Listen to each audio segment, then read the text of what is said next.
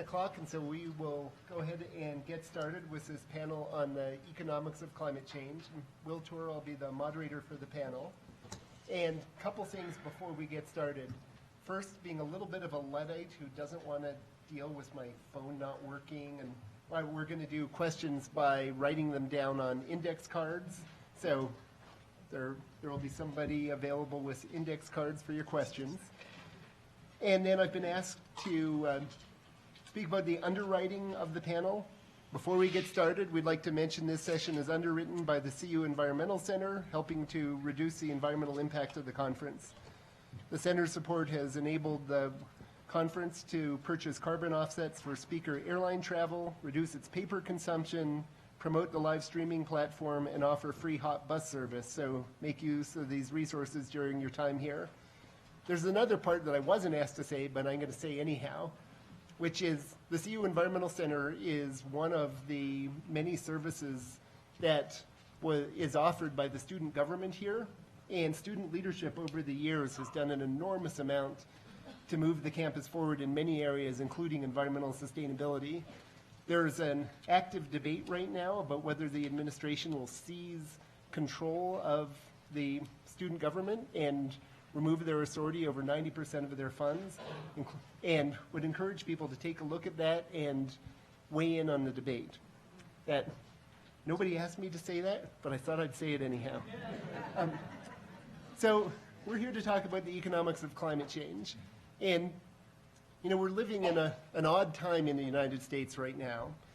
The U.S. under our previous administration had no economy-wide approach to reducing greenhouse gas emissions, but had begun to take action on a sector-by-sector basis with attempts to reduce emissions from electricity generation through the Clean Power Plan, from vehicles through things like light-duty and heavy-duty greenhouse gas emission standards for vehicles, from the oil and gas sector through limitations on methane emissions from oil and gas production.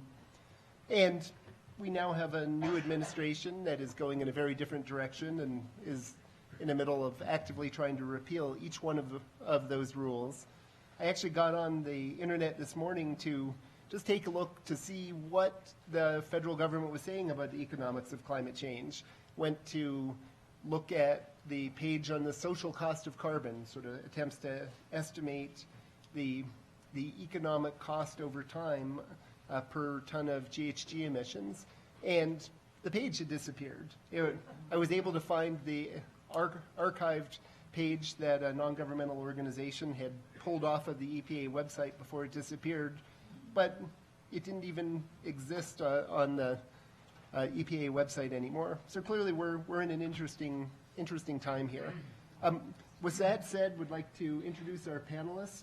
And the way that we will structure this, each panelist will talk for a few minutes. I'm then going to have a couple of questions for them, and then we'll just turn it over to audience questions. And we have four folks, and I'll introduce them in the order that they'll be speaking. First is Perry Sampson, who's a professor of atmospheric and oceanic sciences at the University of Michigan and the co-founder of Weather Underground, which I use all the time for my skiing outings, trying to figure out where I should be going. After that, we will hear from Reza Ramazani, who is an economics professor at St. Michael's College. Then we are going to hear from Bart Adesh, got it right, with the Asian Development Bank. And then wrapping up will be Alexander Verbeek, who is a Dutch diplomat and an associate with the Stockholm Environment Institute. So, Perry, why don't you get us started? Well, thank you very much, and I'm very much pleased to be here, though I've got to tell you, how many of you were in the orgasm session before this? That's why it was so empty in my session. Yeah, I might be a little bit unfocused. I learned so much. Aye. And so I'm going to talk about, instead of talking about the joys of life, we'll talk about the pain that can happen next with global change. And it's a long list. I'm a physical scientist, atmospheric scientist, so I will speak to those things I know, which are, what the models tell us what's going to happen next. And to be honest, I've got the easiest job up here because, we can kind of tell you what we expect to happen in the climate over the next 50 years or so. And then what happens, what do people do in response to that? Oh my God, these guys hopefully can answer that question, because that's the much harder question. In terms of the physical system, our models tell us that it's quite possible that obviously temperatures are rising. Temperatures have risen only a couple of degrees so far globally. We expect the temperatures to rise by some 5 or more degrees in the next 50 years. And remember, that's the mean of the distribution, and you shift the mean, it takes the tails, so you have likely more extreme events happening in response to that. I think I've asked this before, I'll ask it again. Of the many weather phenomena that kills us in America today, which is number one? Is it floods, droughts, hurricanes, or heat? All right, how many say heat? How many say floods? How many say hurricanes? How many say whatever else I said? Well, it is. It's almost half the deaths are from heat, and doesn't get the sexy news media that hurricanes and flooding does. But heat is by far the biggest killer weather-wise, and it's not an equal opportunity killer either. Clearly, it's affecting those who are least able to get into air conditioning and be protected from that high heat. So as we look forward, there's just so many things that could happen as the models tell us it's going to get warmer. Heat waves will get stronger. It's likely that we're going to have, and this is a little hard to understand, but we're going to have more precipitation and more drought, which, and again, doesn't immediately make sense, but what they're saying is that when it's not going to rain very often, but when it does, holy cow, it's likely to be bigger storms. So you have all these things working together, and with hurricanes, we know that the increase in energy in the oceans is likely to reach and affect the number and strength of tropical storms. So how does that affect economics? So many ways. So let's start with water. And the simple act that it is likely, if there's going to be more drought, then whose drought is it going to be? Is it going to be those areas of the country where we rely on for our agriculture? And what are the implications there? Is it, on the other hand, is it going to mean that now in Michigan we can grow, cotton or something, or marijuana, or whatever is the drug of choice at the moment? So going forward, there's some huge issues about changes in agriculture that we just really can't tell you with certainty now who's going to be affected by the drought. We're just fearful that droughts are going to happen. Also, because the jet stream is a bit unhinged now, the fluctuations doesn't mean that some areas are going to get actually more snow than before. Michigan will get more snow because the Great Lakes won't freeze over as much, so we'll get more precipitation in some ways there. Other parts of the country, and probably the West, will have more drought. That's going to lead to more fires and issues there in terms of economics. But probably the biggest thing I would like to just throw out to the panel here is not so much what's going to happen in terms of the physical changes in weather. It's what are the humans going to do, and what are the political systems going to do? What happens if a drought hits, let's say, if the monsoons don't happen in the South and Southeast Asia, and you have countries there that now have many, many people, and they cannot feed their people, and they are armed, and they need to feed their people. There's issues that we're seeing now in the Middle East that could be exacerbated by these changes in the physical characteristics of the weather. So my job is simply to sit here and say, yeah, change is happening, change is going to happen. Holy cow, it's going to get worse. Your turn.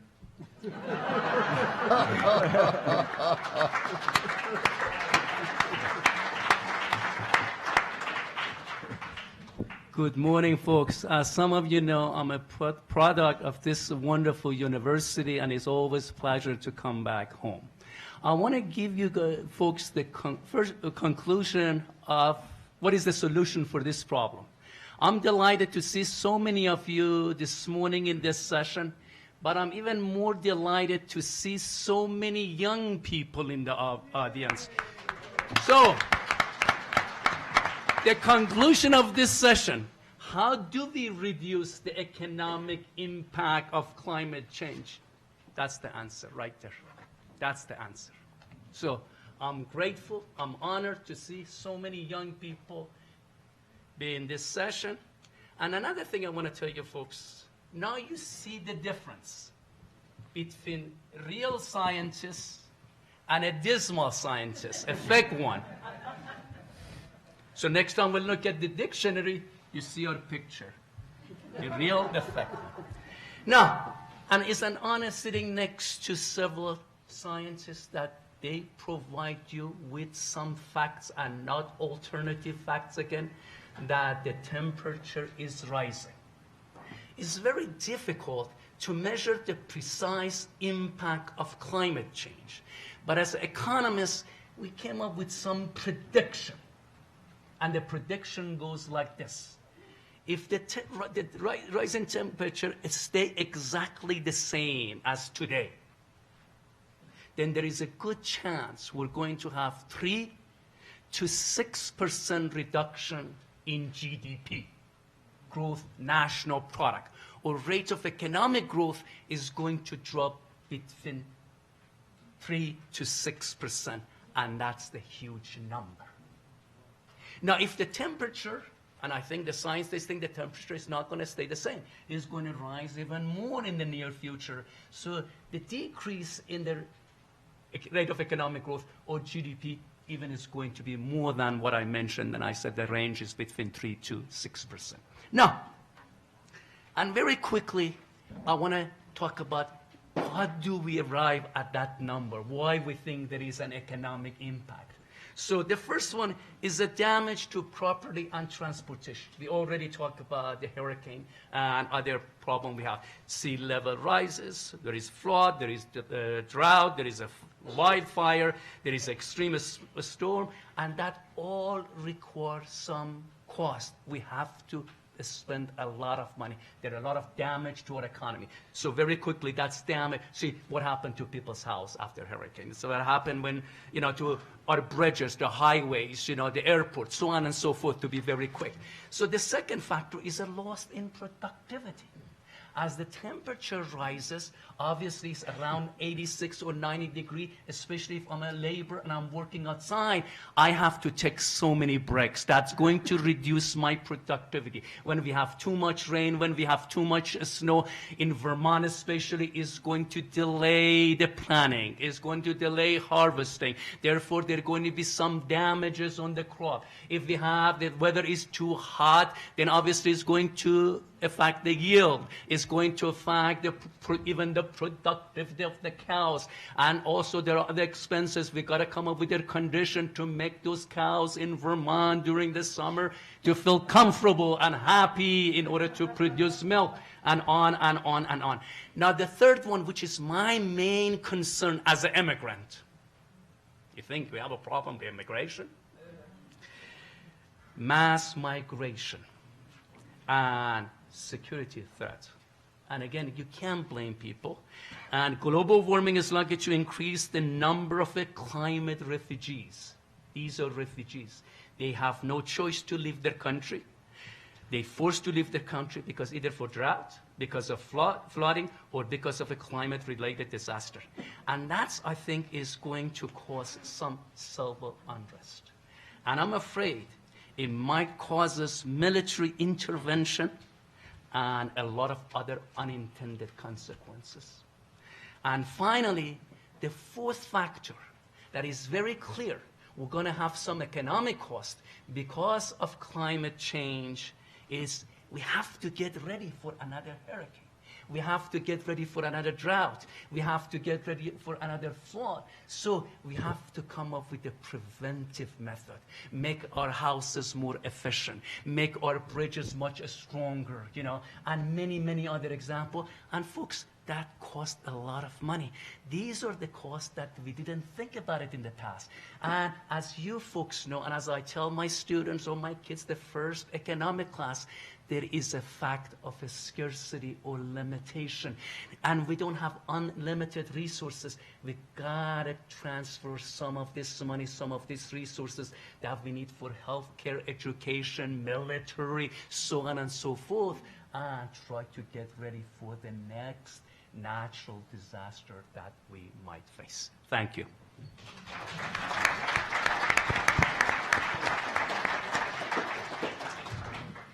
Good morning. We heard from Perry a little bit about heat. I know a thing or two about heat because I grew up in Phoenix. But I've spent most of the last 2 decades living in Southeast Asia, where it's also hot and humid, and it's also home to some of the most disaster-prone countries in the world. And these countries, along with other parts of the vast Asia-Pacific region, have a lot to be concerned about with climate change. In terms of disaster-prone countries, not only the Philippines, where I was based, but neighboring countries like Vietnam, Timor-Leste, other countries in the Pacific like Tonga, Vanuatu, Solomon Islands, Bangladesh. These are some of the most disaster-prone countries, in large part because of major weather-related events. And what we know from the science, and I'm not a scientist, I don't play one on TV, we've got various types of scientists here, but the ones who study climate change say that the trends we're on right now are going to bring about more extreme weather, more precipitation in monsoon areas, and at the same time, it seems a bit counterintuitive, as was mentioned, we're going to see drought, and this is going to have major human implications.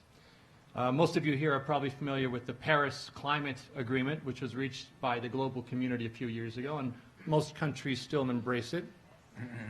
A number of commitments were made by countries, pledges, to try to keep the increase in temperatures above pre-industrial levels to 1.5 to 2 degrees Celsius. This is a very key range. We do not want average temperatures to rise above 2 degrees. So the commitment was made, okay, we're gonna keep it to 2 degrees, and aim through additional efforts to keep to 1.5. Unfortunately, the pledges thus far only take us to 2.7, and the actual commitments thus far find temperatures rising to 3 degrees by the end of the century. And that sounds like a long way away, but the implications for what comes decades from now depend a lot on what we do now.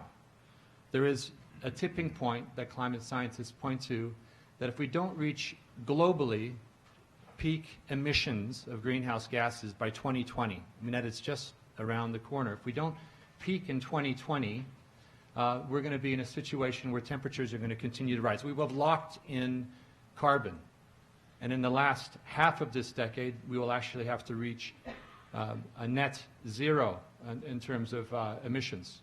And right now, the trends are not terribly positive. The region where I have been working, Asia Pacific, on the one hand, you have some of the most positive developments in addressing climate change. India and China are installing massive capacity of solar. However, in those two countries and the rest of Asia combined, there's still a 70% dependence in terms of electricity on carbon-based sources, gas, oil, and gas, oil, and other forms. Yes, coal. The big one, of course. So, staring us in the room, in the face here in this room. So just to conclude, what needs to be done, given this tipping point, what we need to do is decarbonize in this country and globally more rapidly than we're doing now. There are positive signs. About 50 countries have said they're going to try to reach 100% renewables in their energy mix by 2050. We can't wait till 2050. Last year, Stanford University issued a report that said that the globe could be completely run on renewables in 20 to 40 years. Again, we barely have that time. So the last message I would leave you with in these introductory remarks is we need to treat the whole issue with much greater a greater sense of urgency, work being done, advocacy being done by particularly young people here, but also some companies, lots of NGOs, and quite a number of governments at the subnational level here and in other countries is positive, but we need to ratchet that up. Thank you.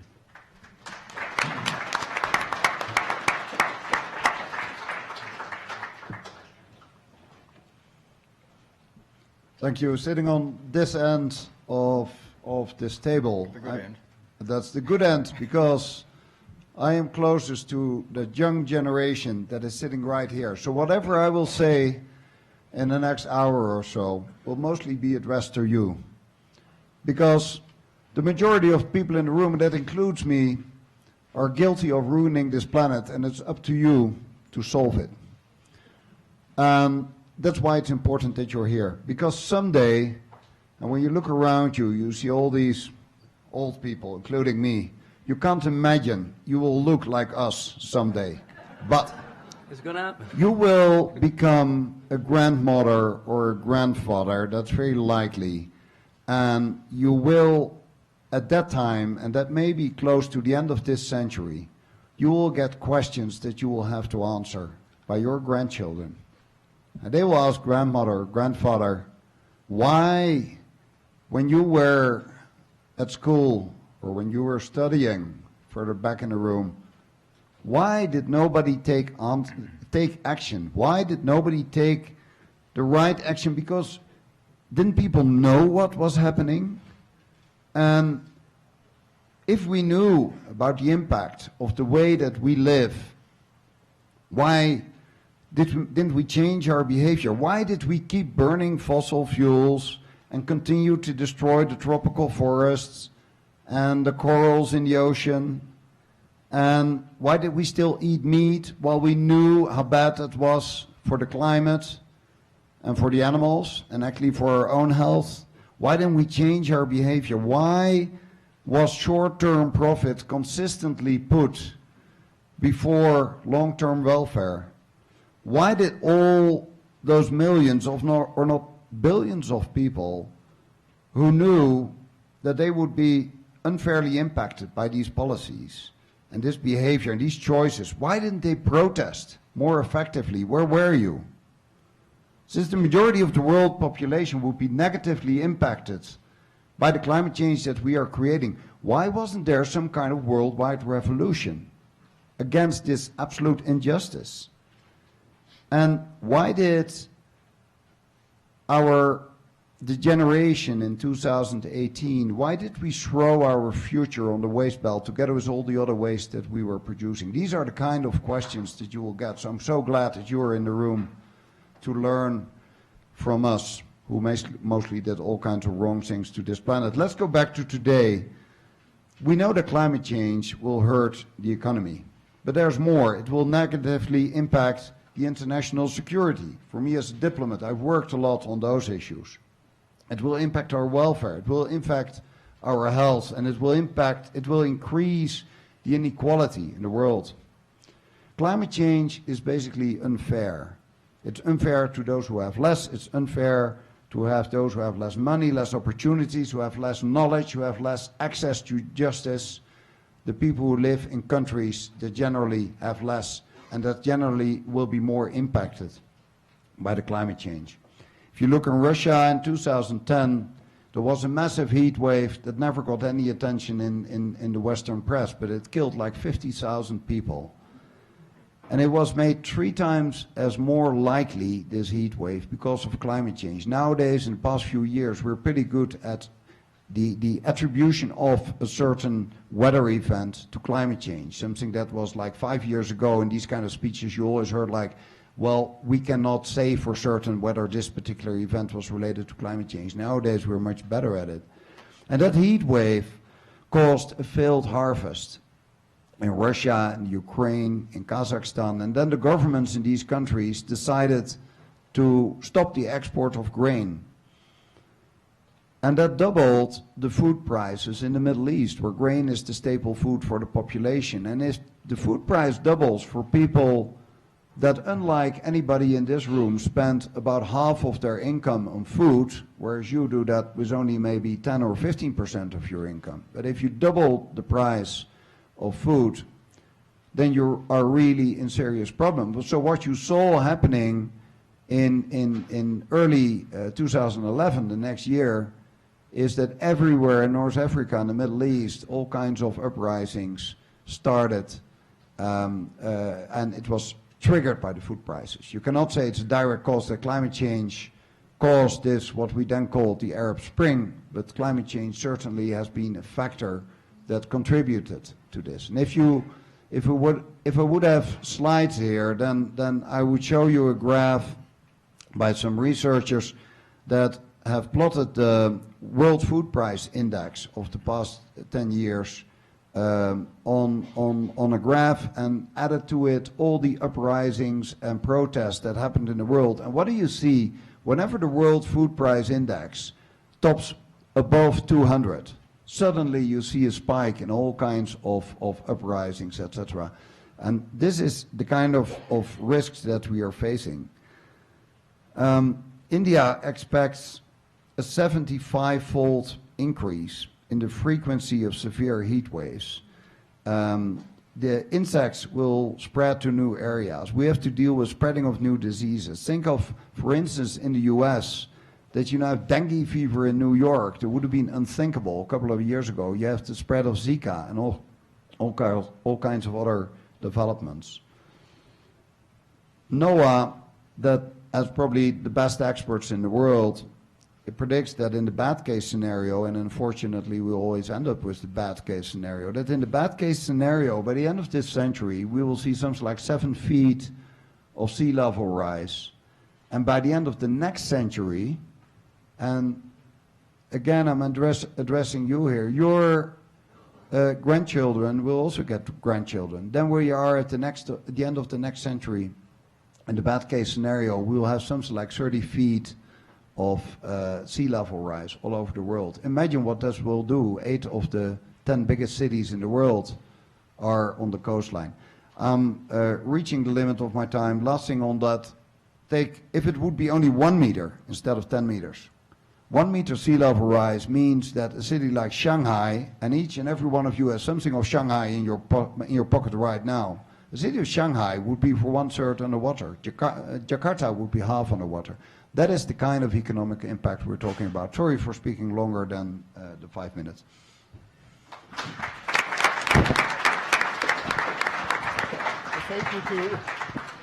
Thank you to our panelists, and I think they could all fit under the rubric of dismal scientists. Thanks. So if folks have questions, Randy will be picking them up, so get your questions to him. I'm going to do, before I ask a question, a quick quiz of the audience to bring some of this sort of very much at home and very local. So about a year ago, the Colorado Department of Local Affairs funded a study in which scientists from NOAA did a whole bunch of climate model runs, making a variety of assumptions about emissions going forward. And we're looking at the question of what the temperature extremes in Boulder and Fort Collins would likely be. If you look historically, from 1970 to 2000, we had on average 1 day a year in Boulder that was over 100 degrees Fahrenheit. So the question is, for 2100, under the sort of business as usual emissions scenario, how many days over 100 degrees are we going to have in Boulder? How many people think the answer is 5? 15? 20? 30? 35? 35 is the prediction for the average number of days over 100 degrees. Going along with that, 2.5 months on average over 95 degrees. No offense to Bart and where he grew up, but I don't think many of us want to live in Phoenix, at least in the summertime. So Was that, I guess, a question for all of our speakers? You know, given the enormous impacts that you've described and sort of the huge costs imposed upon society, we have the difficulty that our decision-making mechanisms tend to be sort of focused on much shorter-term issues.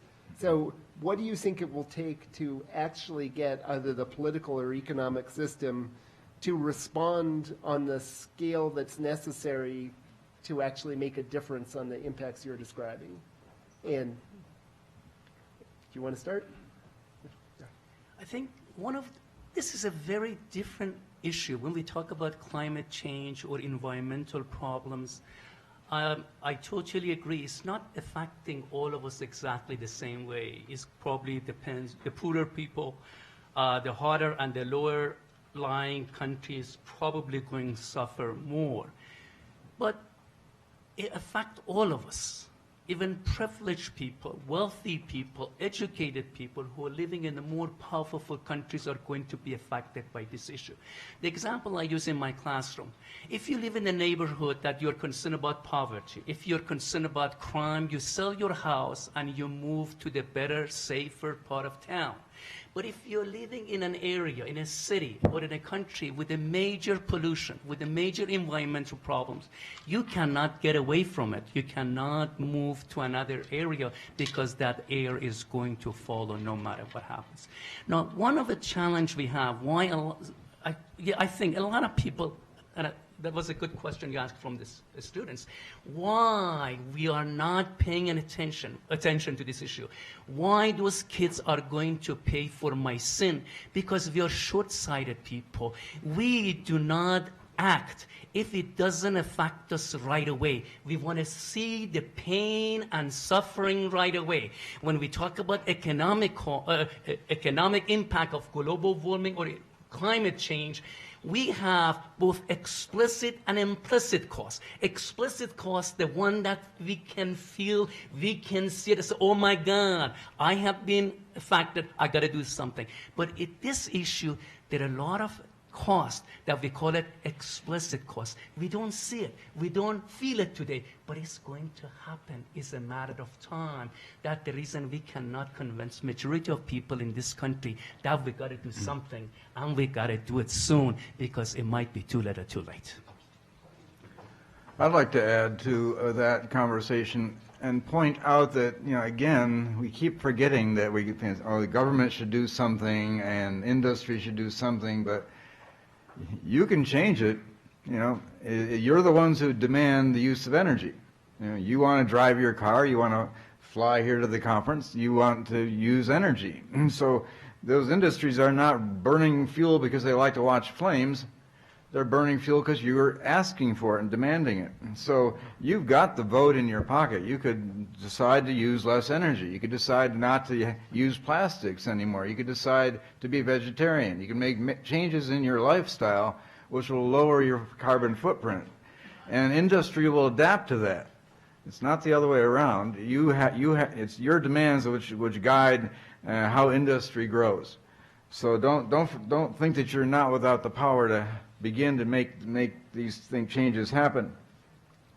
The other side of this is it goes back to this concept that you know, we like energy. You know, we use it, and maybe this comes back from the orgasm thing about self-pleasuring, but but we like to take care of ourselves, and we like to do what's easiest instead of, you know, what might be a little bit harder. So, you know, for the students out there as well, you know, you have to, it's going to make some hard choices. We all have to start making some better choices about how we use the energy that we have available to us. And it comes down, individual decisions will help change this process. I would just add to that, agree completely. So it's a matter of using the political process, it's a matter of advocacy. For those of you who are shareholders, you can let companies know how you feel about this, and you have the power of the consumer and how you purchase. There's been a lot of doom and gloom, and I think it's realistic. At the same time, looking for those silver linings and where there are opportunities, you do see some enlightened companies taking action. And part of that's not just, you know, they want to do good, but because of the incentives. If they use less energy, then they can save money. And to the extent that they're hearing from consumers that they care about how companies perform, then that's something attractive as well. My concern is, although we're here in Colorado in the U.S., my concern is really in the region where I've been working. I think the battle against climate change is going to be won or lost in Asia and the Pacific, and that's the region that's going to suffer the most or can contribute the most. When you have developing countries with per capita incomes, levels of wealth way below what we are used to here, as they begin to industrialize, if they do not now adapt significantly how their economies are run, if they adopt the U.S. or Canadian or Australian, go down the list of other industrialized economies, they adopt this model, then we're all in deep trouble. Just one other aspect, we talked about impacts of climate change. One that may not be obvious here in the Rockies is on coral. And this gets back to how what seemed like very little temperature increases, 1.5 or 2 degrees. If we go beyond 2 degrees Celsius in the average increase in temperatures, we're going to kill all of the coral due to bleaching, which will have utterly massive impacts on fisheries and tourism around the world. Just one more impact that we want to avoid. So I'm going to go to questions from the audience now, starting with student questions. So first one is, what's your opinion on a carbon tax to try and reduce emissions on a global scale?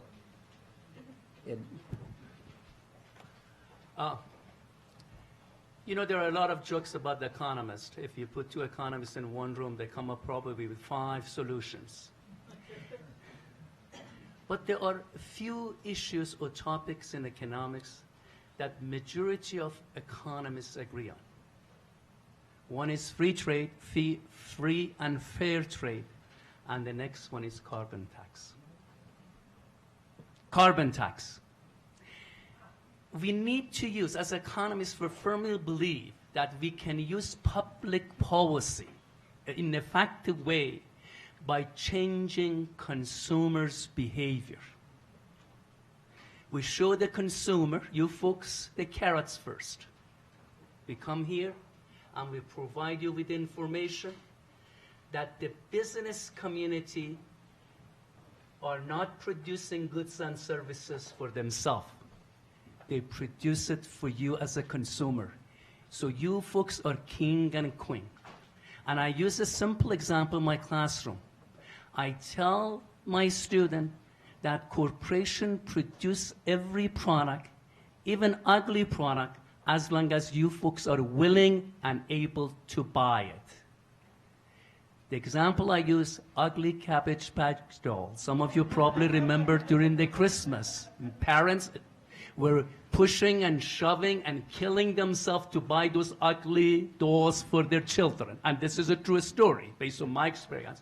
But after Christmas, they came to their senses and said, oh my God, I made fool of myself. I spent a lot of money and a lot of time to buy that ugly thing for my kid. So the point I'm trying to make, you're absolutely correct. So we produce, as a corporation, we produce the product that you're willing and able to buy, and there are a lot of evidence recently that you can come up with a rule and regulation, you can force the corporation, it's not as effective as much as you folks decided, I'm not going to buy this product because I'm in the business of making money. And in order to make money, not only I have to produce that product, but I have to sell it, and you guys are a major force. For you. Maybe we should all put our phones off. Apart from that, carbon tax, it's a yes and a no. Yes, carbon tax, it is ridiculous. If I want to go with my family from Stockholm to London, I just checked this, and I fly, it would cost me €1,000. If I would go by train, which would be so much better for the environment, then it cost me 4,000. It's 4 times as expensive to go by train. Yes, London is on an island, but we have the channel nowadays. So you can just go by train and normally do that from the Netherlands. 4 times as expensive to take the environmentally sane way of transporting myself. That is because there are these absurd subsidies on fossil fuels. They're worldwide. You've got a lot of them in America. You've got them everywhere. There's for instance, you don't pay any tax on kerosene. No country in the world puts taxation on the use of kerosene for airplanes because your airliner would be bankrupt because the other countries don't do it. It's this typical, one of those many aspects of the tragedy of the commons that we are dealing with.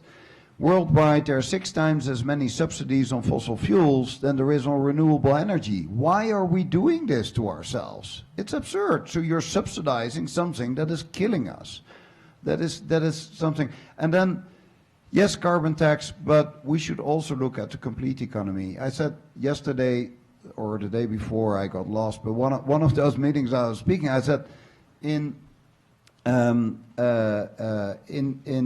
the last elections or the next election, probably each and every one of you will vote for somebody who promises you that if he or she is in charge of the country or the economy, will give you something like a 3% economic growth every year. That means that you have voted for somebody that promises to double the economy every 20 years, to quadruple the economy in every 40 years, and that means that after 80 years you have an economy that is 16 times as big than what you have now. That means 60 times as much resources taken from our planet. It's 16 times as much transportation, 16 times as much waste.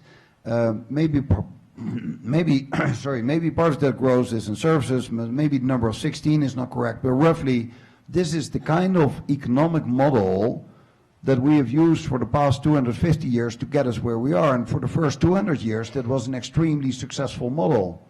So somehow we need to reinvent our economy in a way that we recognize that you can't have an exponential growing economy on a planet that is not growing. It would be nice if our planet would be a big balloon that would be expanding while we are growing, but so far the technical people have not worked out how to do that yet. So if we're not there, we better change the economy if we can't change our planet. Thanks.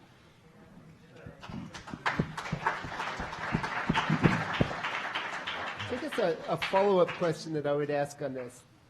It seemed like there is an enormous economic argument as to why a large carbon tax would be a extremely efficient way to address climate change and would sort of hit all parts of the economy. But a large carbon tax hasn't happened anywhere. And so I spent 15 years as a local elected official, and you really can't do things that people won't support and won't vote for re-election if you do. And you know, the city of Boulder, we passed a carbon tax at the ballot, but it was a carbon tax designed to be a few dollars per year per person that was raising money to invest in clean energy rather than sending a price signal that would really affect the economy through the price of carbon. Even a place like California, where they've effectively put a price on carbon through their cap and trade system, what it's really doing is raising money that is being invested into clean energy and clean transportation. And they're facing an effort right now to roll back their gas tax at the polls next November. So what would it actually take to be able to create a carbon tax that was large enough to really make a difference? What's the political theory that gets you there, anywhere in the world? You know, I mentioned earlier, you know, that I think we show the consumer the carrots, but unfortunately sometimes doesn't work, and we have to go get the stick or the baseball bat. And that's the reason I think if we come up with the appropriate and I think the right way of imposing carbon tax, we might be successful. As you folks know, Burlington, Vermont is as progressive as Boulder. That's the reason when I graduated in 1986, we want to stay here, but they don't hire their own graduate, or they didn't do at that point. So we were working for a place that is very similar to Boulder, Colorado, and we were lucky enough to end up in Burlington, Vermont. Now, we are doing exactly the same thing that you folks did in Boulder. We're trying to come up with a carbon tax. Some people might argue, yes, progressive people in Burlington using people in Vermont as a guinea pig for experiment. And we haven't been very successful with this issue because it's a problem. You cannot do it as a single state. This is something we have to do it all over the United States. So we don't need just rely on maybe Boulder or Burlington, Vermont. It doesn't work because the biggest problem we have, if you impose carbon tax on the state of Vermont, this is, to me, is very unfair because a lot of consumers are going to drive across the state, they're going to New Hampshire when there is no sales tax, and that's going to have a devastating effect on our economy. So I think make us fit. You see, this is something that I have to say, I apologize being so direct. I think when we come up with the rule and regulation, especially in environmental areas, are we doing these things because it makes us feel good, less guilty, because this is the right thing to do? Part of my job as economist, yes, to listen to my heart, say, look, this is ethical, this is the right thing to do. But that policy also has to produce results. So, is it really effective? Is it going to achieve the objective that we all are interested to achieve? So that's, I think, I'm saying, what I'm saying. And yes, it has to be uniform. It has to be across the country, not only the cross country. We have to get other major countries involved. As you folks know, China is the major polluter. And what we're doing, and I think this is another thing I want to say very quickly, we criticize developing countries that follow our role model.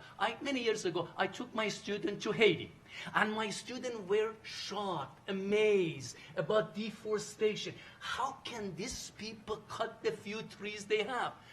It was a teaching moment. I have to tell them, look, as an American, we can go to those poor developing countries and preach about protecting the environment and this and that.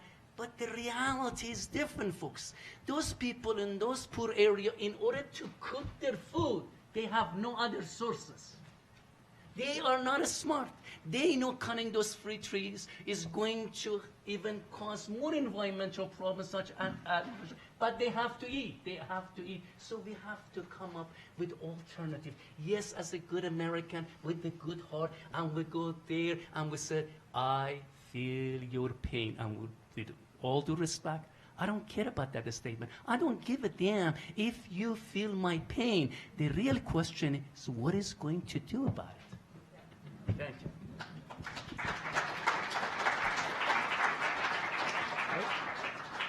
Just briefly, this is, as you personally have experienced, the nut to crack of carbon tax is huge. I would say let us not be so focused on just... Sorry. What I would say is not only focus on the issue of the carbon tax, but on other approaches and avenues that simultaneously can be pursued.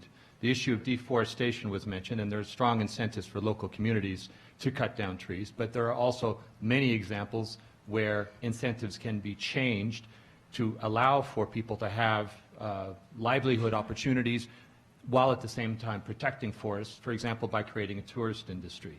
So look at deforestation. Let's curb that globally, particularly in a developing world.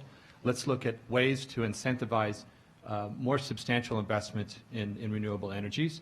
And one of the lowest hanging fruit is energy efficiency. So not just building new power plants or renewable facilities, but also look at the way buildings are constructed and refurbished.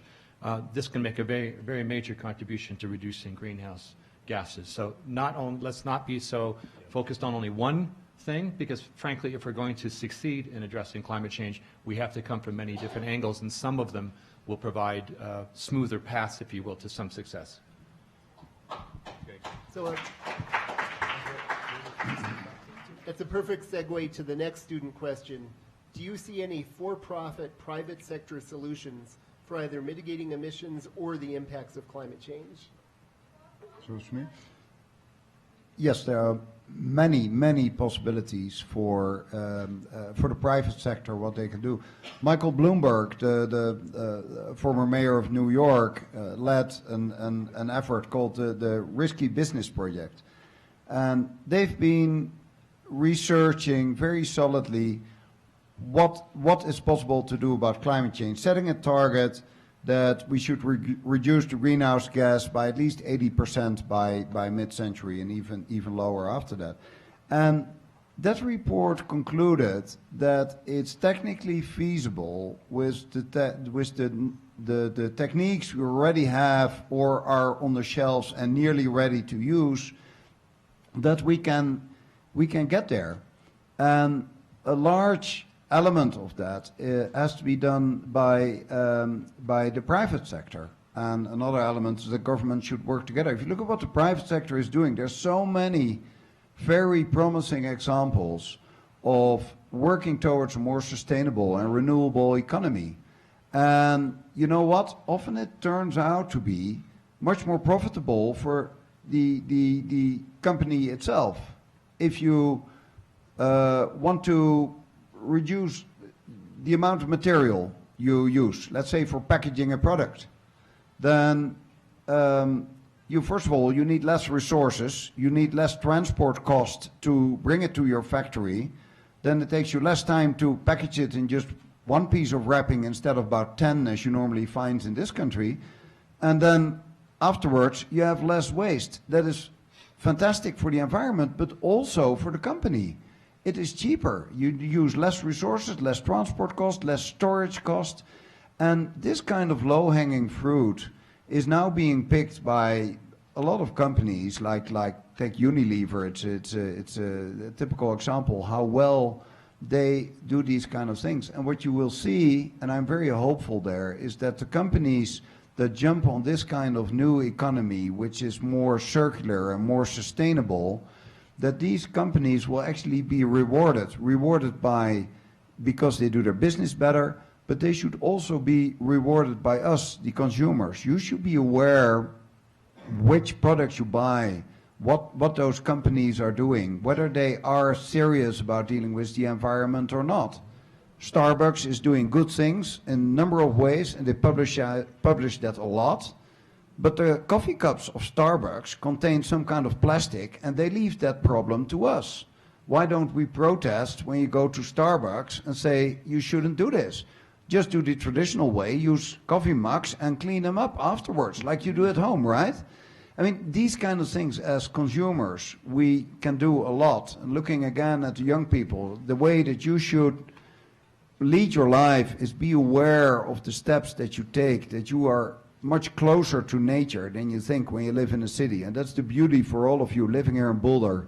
Much more than other kids of your generation, you can actually go out and experience some of the most beautiful nature that we have on this planet, and which will make you feel much closer to it and try to live up to it. Thanks.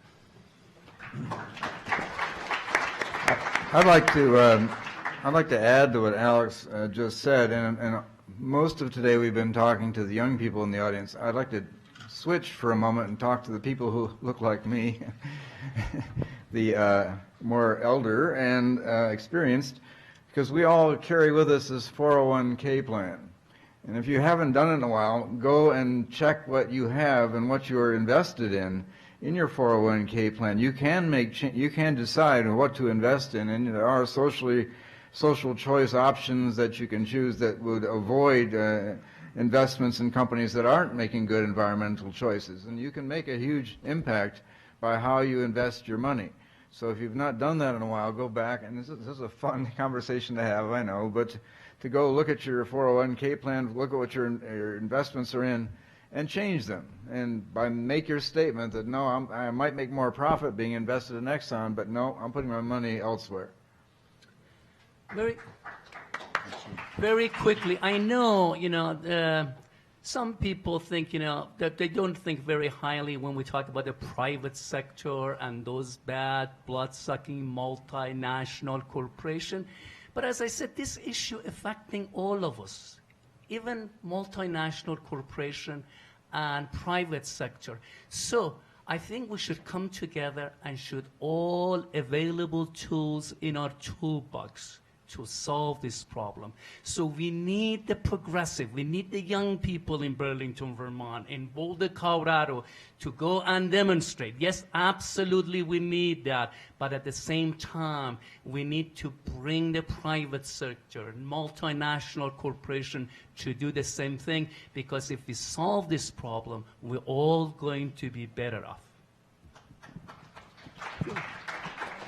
So a follow-up question to this. We recently had the sort of remarkable experience in Colorado of seeing what happened when our largest utility went out with a request for proposals to private sector wind and solar developers. They were looking for about 1,700 megawatts of bids to potentially close down 2 existing coal-fired power plants and replace them largely with renewables. They ended up getting, I think they were, again, looking for about 1,700 megawatts. The number that they, I think, came in with something like 33,000 megawatts of bids, and the prices were were the lowest prices that had ever been seen in the United States, including, in a number of cases, wind and solar backed up by batteries with at least some amount of storage. And it sort of raises the question of there's one set of strategies around making dirty energy expensive. There's another around making clean energy cheap. And the question of, given what we're seeing happening with the costs of wind, solar, and batteries, are we reaching a tipping point where we actually could make an energy transition on the scale that we need simply due to the lower cost of those resources? Yes, this is one great example of why optimism is not misplaced in this discussion. And in addition to learning from examples such as this one here in Colorado, which could be expanded to utilities in other parts of the U.S. and beyond, let us also look at what other countries have been doing and how, for example, Iceland is operating, admittedly with geothermal abundantly, but operating on almost 100% renewables. How Nicaragua by 2020 will be 90% renewable based in its electricity. Look at countries like Uruguay, Costa Rica, Denmark, Sweden, Germany, and the UK, and what they're doing in terms of regulation, incentives, consumer habits. Scotland produces enough wind energy to provide electricity for all its households. Germany, just a few years ago, 2015, on one particular day, nearly 4/5 of the electricity for that day was provided by renewables. That's not the average per day now, but they're on their way up to that high figure. So just to say, let's look beyond our borders as well as within for good examples, and let's scale them, let's replicate them. This is also a successful story in the state of Vermont. However, a word of caution. This is the best way to get the private sector involved. That's the classical example. But we've got to be very careful. What is the role of the government, especially the federal government? This process is very effective and is working well. However, I'm a little bit worried about inappropriate government policy. Let me give you an example. Recently, the administration imposed tariffs on solar panel from China, quote unquote, in order to protect or create jobs in the United States. I don't know about Boulder and other places, but that has had a negative effect in my beloved state of Vermont, because that actually reduced the business and reduced the employment and didn't contribute to protecting the environment. So we've got to be a little bit careful. Thank you. So another related question that a couple of people have asked that is perhaps not as a different perspective on how to address the private sector is that we are starting to see lawsuits challenging the large oil companies, notably Exxon, for their role in climate change, really, in many ways sort of modeled after the big tobacco lawsuits of 15 years ago.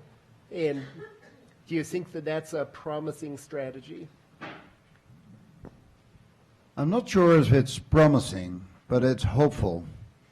Because if you know that, let's say you know somebody in the street has a gun and is intending to kill somebody with it, and you don't warn, you are guilty.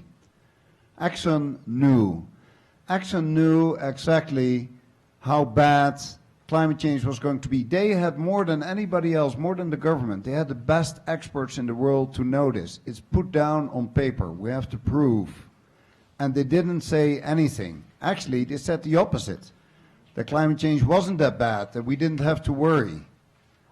So you know the other guy has a gun and you say that the potential victim, oh, don't worry, it's happy, go for a walk outside. That's what Exxon did. I would say Exxon is guilty, but I'm not a judge, but I'm very interested to see what legally is going to happen. What gives me a lot of hope is that all over the world, you also see lawsuits against governments. Looking again at the young people that I'm addressing mainly today, you can use legal options to actually challenge your government. There's a group of young people that are not much older than you are that are now actually in the US doing exactly that. We did so in the Netherlands, not we. I was then on the government side. I kept quiet. But there was the NGOs in the Netherlands united, and they did a legal sue against the Dutch government, and the judge agreed with them, and the judge ordered the Dutch government to do more on climate change because we were not living up to the laws of our country, that we should actually protect our people. And you see this happening in a lot of countries all over the world now, not even in the Western world, including Pakistan even. And that, I think that is very hopeful, because we talk about our rights and we talk about justice. And I think the trials against the corporations that knew they were guilty, the parallel with the tobacco industry is perfectly right here. And I hope that the judge will take the right decision. Thanks. Reza? Even if this lawsuit is not successful, I think it's already effective. If I'm running an oil company, I have to be honest with myself. I said, this is not a business as usual. This is a new ball game, and I think twice before I make all the decisions which I made in the past. So I think that's the good part of this. So we've got about 10 minutes left. I'm going to ask one or two more questions and then ask you all to make any sort of final remarks you want to make. One question is, how big of a role can sustainable agriculture play in addressing climate change? Well, since nobody else takes the microphone, I don't want to monopolize things here, but agriculture is extremely important when you look at what we are doing to the environment, including greenhouse gas. If you move to a much more sustainable way of agriculture, where we work more with nature instead of against nature, you can and you protect the soil, and you don't let it wash away or plow too deep, that it reacts with oxygen and that you actually are losing your soil. You can produce a sustainable agriculture that is so much less wasteful. And while we're talking about the whole food aspect of this whole thing, stop eating meat. We're killing the rainforest that we need to get the CO2 out of the air to produce food for animals that we are then killing to eat. That's an extremely inefficient way to feed ourselves.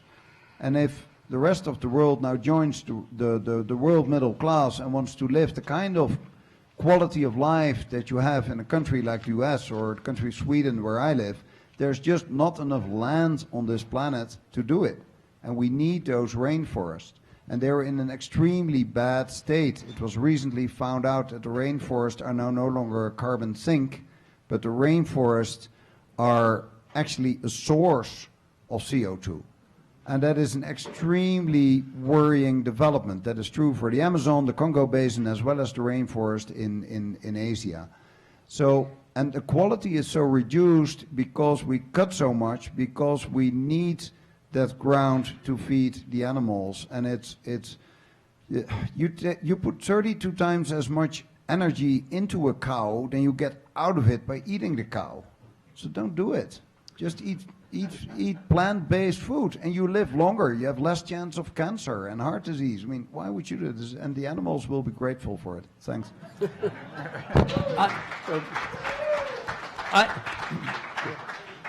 I agree with that statement. However, it's very difficult, if not impossible, to change consumer taste and tell them for good of the environment, don't eat and that. Another problem, I think, the challenge we are facing, I'm all for buy local, buy fresh. But folks, the product is very expensive. And a lot of people, again, as a college professor, I go to farmer markets in Burlington very often, and I see the farmer put 3 or 4 pieces of kale together, and they charge $7. I teach environmental economics. I go there, not to be mean. But I ask them, honest to God, how did you arrive at this price? If you're charging $7, why not 10? Why not 3? They have no clue. So the problem is, yes, all of us, even poor people, folks, they want to eat healthy, they want to eat fresh, and they want to protect the environment. I am 100% with them. But isn't it fair if we ask the question, are they able to pay for it if the price is 3 or 4 times more expensive than the commercial product? So again, it's much more complicated.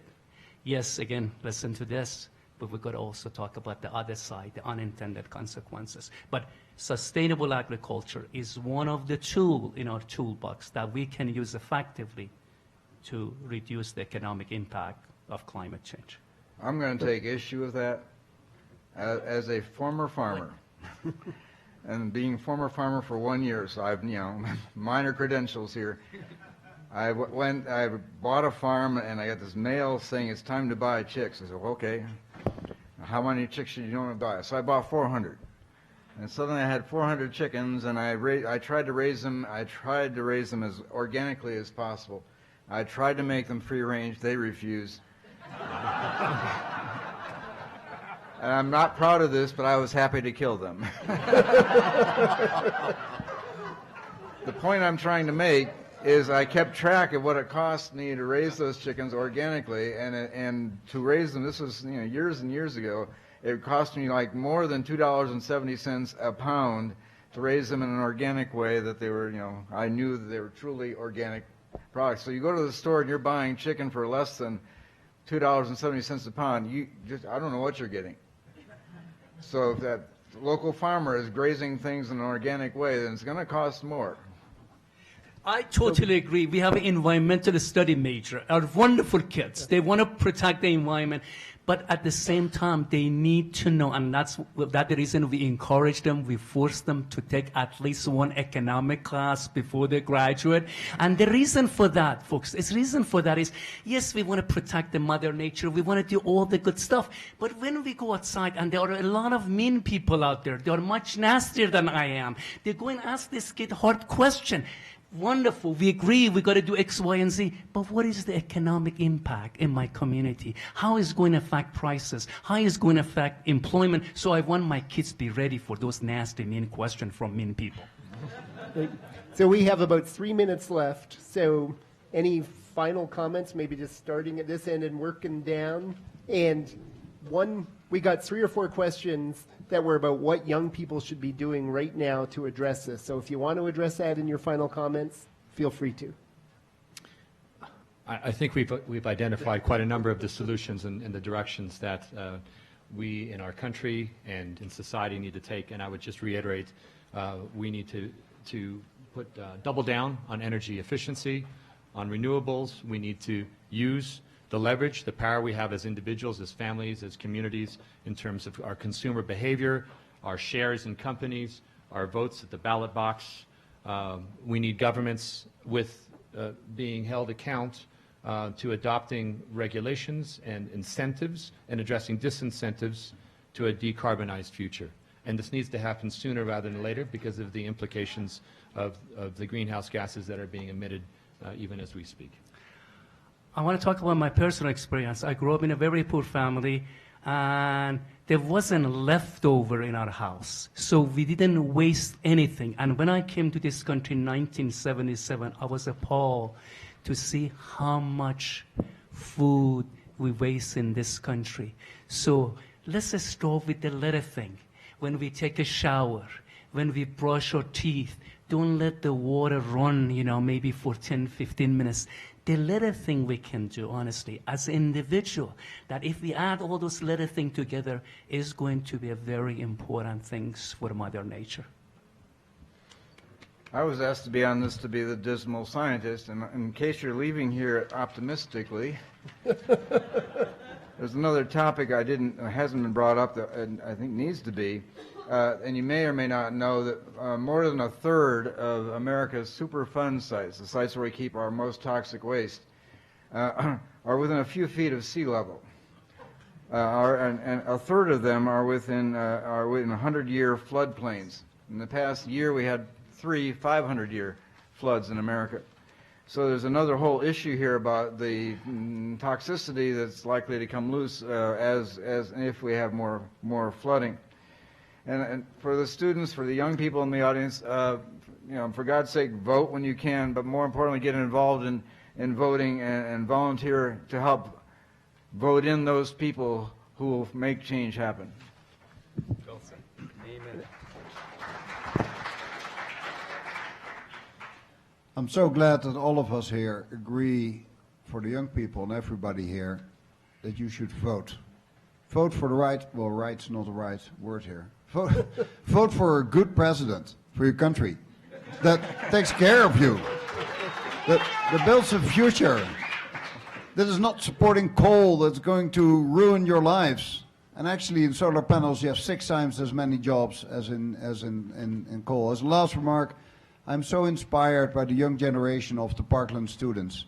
They show that you can make change in this country. Live up to that promise. Thanks. Thank you to our panelists. And thank you to our excellent moderator. Well, great job. Thank you. It was a pleasure meeting you. Good job. So that's 2100. By 2050, the